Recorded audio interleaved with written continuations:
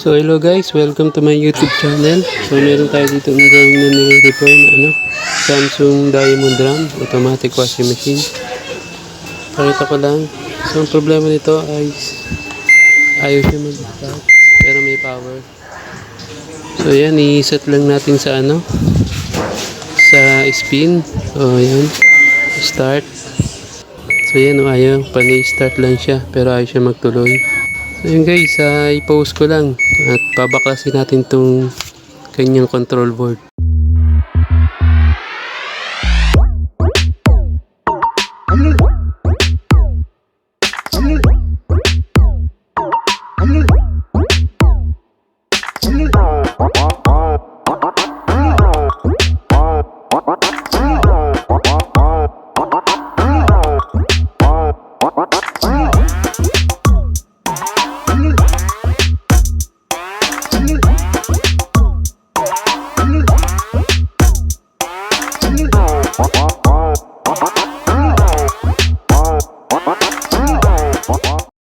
So yun guys, na tanggal na natin yung control board.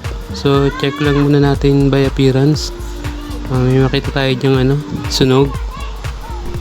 Okay, lumubong parts. So based sa appearance, wala naman tayong makita. So bakbakin natin yung likod para makita natin yung ibang parts sa likod kung anong meron. So yung guys, na bakbak na natin. So sa mga gantong sira pala, yung ayaw mag-start, lagay nyo check una yung optocoupler kung okay pa ba o may leak.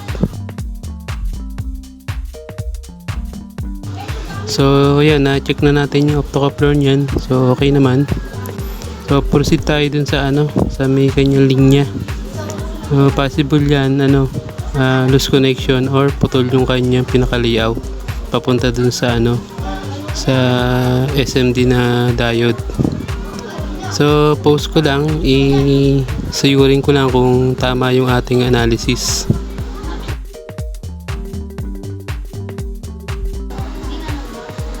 So yun guys, welcome back. So yun, nakita natin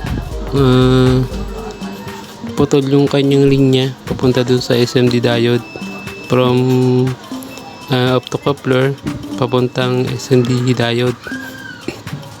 So nilagyan na rin natin ng yung jumper wire. So yan, makita nyo.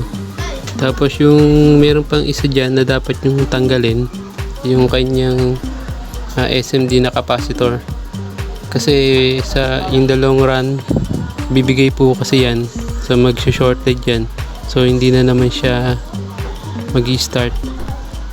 Ganyan po ang magiging problema niya, kaya tinanggal na natin yung SMD capacitor na possible maging shorter dyan sa mga susunod na gamit. So yan, na fix na natin yan. So i-try lang natin.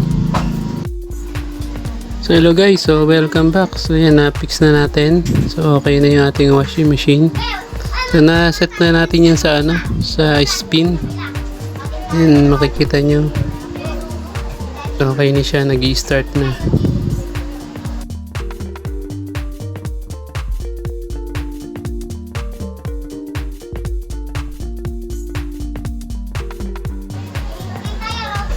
Ayan, naglabas na rin siya ng nag-drain na rin siya water.